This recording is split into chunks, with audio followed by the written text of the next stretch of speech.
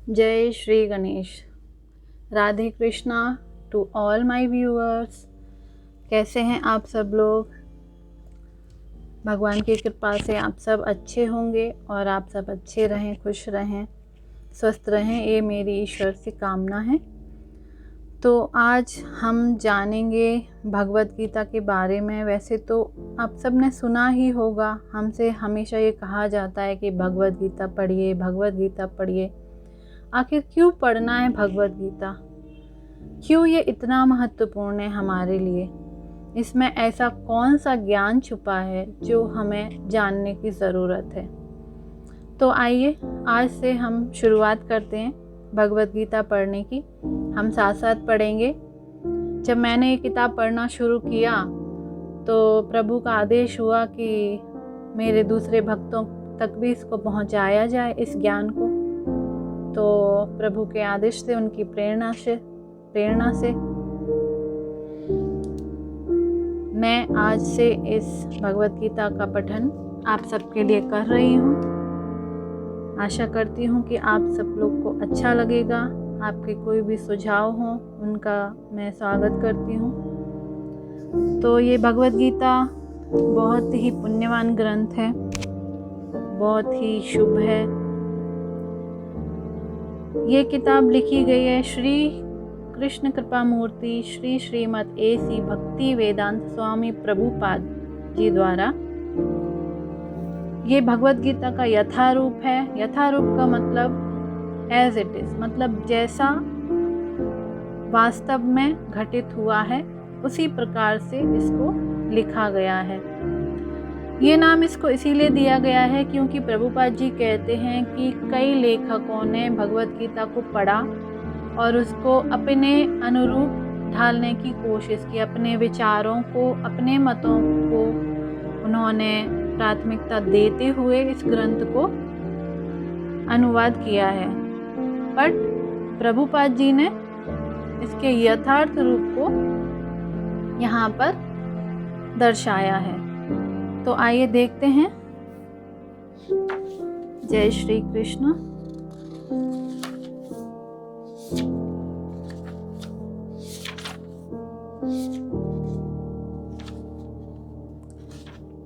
यहाँ पे सभी क्रिटिक्स के नोट्स लिखे गए हैं। उन्होंने जो जो फीडबैक दिया है, ये विषय सूची है।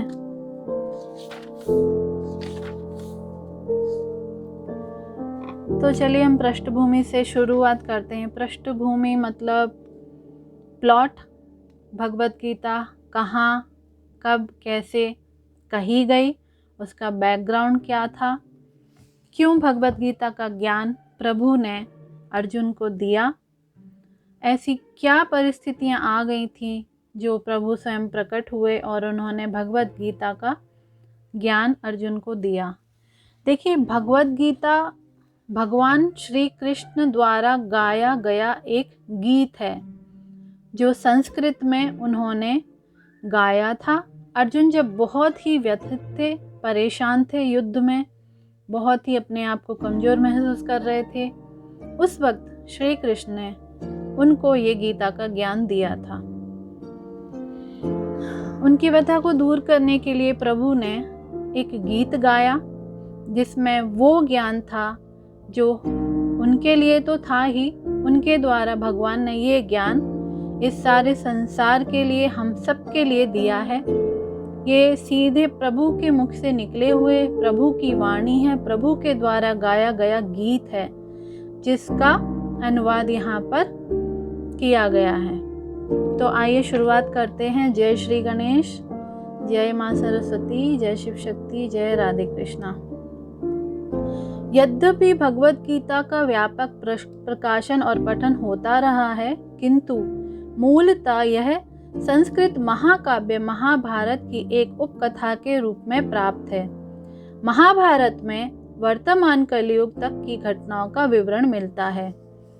इसी युग के प्रारंभ में, आज से लगभग 5000 वर्ष पूर्व, भगवान श्री कृष्ण ने अपने मित्र तथा भक्त अर्जुन को भगवद गीता का उपदेश दिया था।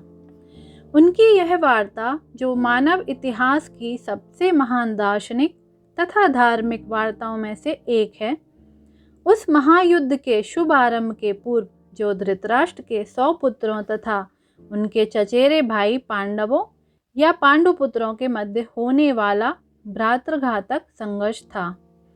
धृतराष्ट्र तथा पांडु भाई भाई थे जिनका जन्म कुरुवंश में हुआ था और वे राजा भरत के वंशज थे, जिनके नाम पर ही महाभारत नाम पड़ा। चूंकि बड़ा भाई धृतराष्ट्र जन्म से अंधा था, अतएव राज सिंहासन उसे न मिलकर उसे उसके छोटे भाई पांडु को मिला। पांडु की मृत्यु अल्प आयु में ही हो गई, अतएव उसके 5 पुत्र युधिष्ठिर, भीम, अर्जुन, नकुल तथा सहदेव धृतराष्ट्र की देखरेख में रख दिए गए। क्योंकि उसे कुछ काल के लिए राजा बना दिया गया था, इस तरह धृतराष्ट्र तथा पांडु के पुत्र एक ही राजमहल में बड़े हुए। दोनों ही को गुरु द्रोण द्वारा सैन्य कला का प्रशिक्षण दिया गया और पूज्य भीष्म पितामह उनके परामर्शदाता थे। तथापि धृतराष्ट्र के पुत्र, विशेषतः सबसे बड़ा पुत्र दुर्योधन, पांडवों से घृणा और ईर्ष्या करता था। अंधा तथा दुर्बल हृदय धृतराष्ट्र पांडु पुत्रों के स्थान पर अपने पुत्रों को राज्य का उत्तराधिकारी बनाना चाहता था। इस तरह धृतराष्ट्र की सहमति से दुर्योधन ने पांडु के युवा पुत्रों की हत्या करने का षड्यंत्र रचा। 5 पांडव अपने चाचा विदुर तथा अपने ममेरे भाई भगवान कृष्ण के संरक्षण में रहने के कारण अनेक प्राणघातक आक्रमणों के बाद भी अपने प्राणों को सुरक्षित रख पाए। भगवान कृष्ण कोई सामान्य व्यक्ति नहीं, अपितु साक्षात परम ईश्वर हैं, जिन्होंने इस धराधाम में अवतार लिया था और अब एक समकालीन राजकुमार की भूमिका निभा रहे थे। वे पांडु की पत्नी कुंती या प्रथा पांडवों की माता के भतीजे थे। इस तरह संबंधी के रूप में तथा धर्म के शाश्वत पालक होने के कारण वे धर्मपरायण पांडु पुत्रों का पक्ष लेते रहे और उनकी रक्षा करते रहे। किंतु अंततः चतुर दुर्योधन ने पांडवों को द्यूत क्रीड़ा के लिए ललकारा। उस निर्णायक स्पर्धा में दुर्योधन तथा उसके भाइयों ने पांडवों की सती पत्नी द्रौपदी का अधिकार प्राप्त कर लिया और फिर उसे राजाओं तथा राजकुमारों की सभा में के मध्य निर्वस्त्र करने का प्रयास किया। कृष्ण के दिव्य हस्तक्षेप से उसकी रक्षा हो सकी। इस द्यूत क्रीड़ा में छल के प्रयोग के कारण पांडवों की हार हुई तथा उन्हें अपने राज्य से वंचित होना पड़ा और 13 वर्ष तक वनवास के लिए जाना पड़ा।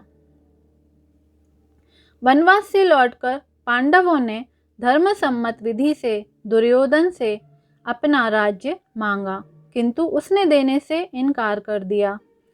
क्षत्रियों के शास्त्रोनुमोदित कर्तव्य को पूर्ण करने के लिए 5 पांडवों ने अंत में अपना पूरा राज्य ना मांगकर केवल 5 गांवों की मांग रखी, किंतु दुर्योधन सुई की नोक भर भी भूमि देने के लिए सहमत नहीं हुआ।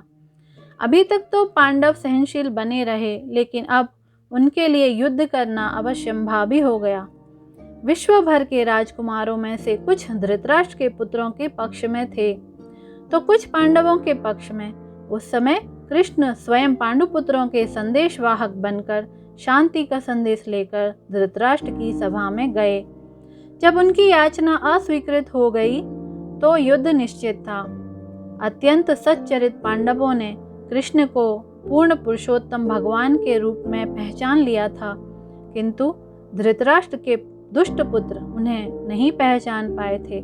फिर भी कृष्ण के विपक्षियों की इच्छानुसार ही युद्ध में सम्मिलित होने का प्रस्ताव रखा। ईश्वर के रूप में वे युद्ध नहीं करना चाहते थे, किंतु जो भी उनकी सेना का उपयोग करना चाहे कर सकता था।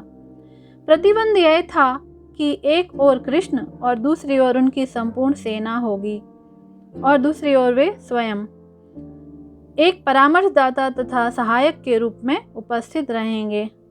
राजनीति में कुशल दुर्योधन ने आतुरता से श्री कृष्ण की सेना झपट ली, जबकि पांडवों ने कृष्ण को उतनी ही आतुरता से ग्रहण किया। इस प्रकार कृष्ण अर्जुन के सारथी बने और उन्होंने सुप्रसिद्ध धनुर्धर का रथ हाँकना स्वीकार किया। इस तरह हम उस बिंदु तक पहुंच जाते हैं जहां से भगवत गीता का शुभारंभ होता है।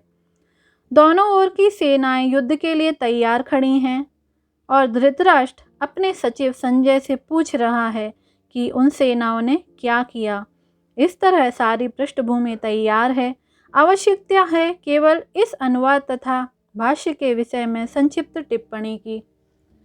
भगवत गीता के अंग्रेजी अनुवादकों ने यह सामान्य प्रवृत्ति पाई है कि वे अपनी विचारधारा तथा दर्शन को स्थान देने के लिए कृष्ण को ताक पर रख देते हैं। वे महाभारत के इतिहास को असंगत पौराणिक कथा मानते हैं तथा कृष्ण को किसी अज्ञात प्रतिभाशाली व्यक्ति के विचारों को पद्य रूप में प्रस्तुत करने के निमित्त बनाते हैं, अथवा श्रेष्ठतम परिस्थितियों में कृष्ण एक गौण ऐतिहासिक पुरुष बना दिए जाते हैं। किंतु साक्षात कृष्ण भगवत गीता के लक्ष्य तथा विषय वस्तु दोनों हैं, जैसा कि गीता स्वयं अपने विषय में कहती है। अतः यह अनुवाद तथा इसी के साथ दिया हुआ भाष्य पाठक को कृष्ण की ओर निर्देशित करता है, उनसे दूर नहीं ले जाता। इस दृष्टि से भगवत गीता यथारूप अनुपम है। साथ ही इसकी सबसे बड़ी विशेषता यह है कि इस तरह यह पूर्णतया ग्राह्य तथा संगत बन जाती है। चूँकि गीता के वक्ता एवं उसी के साथ चरम लक्ष्य भी स्वयं कृष्ण हैं, अतएव यही एकमात्र ऐसा अनुवाद है जो इस महान शास्त्र को यथार्थ रूप में प्रस्तुत करता है। जय श्री कृष्ण।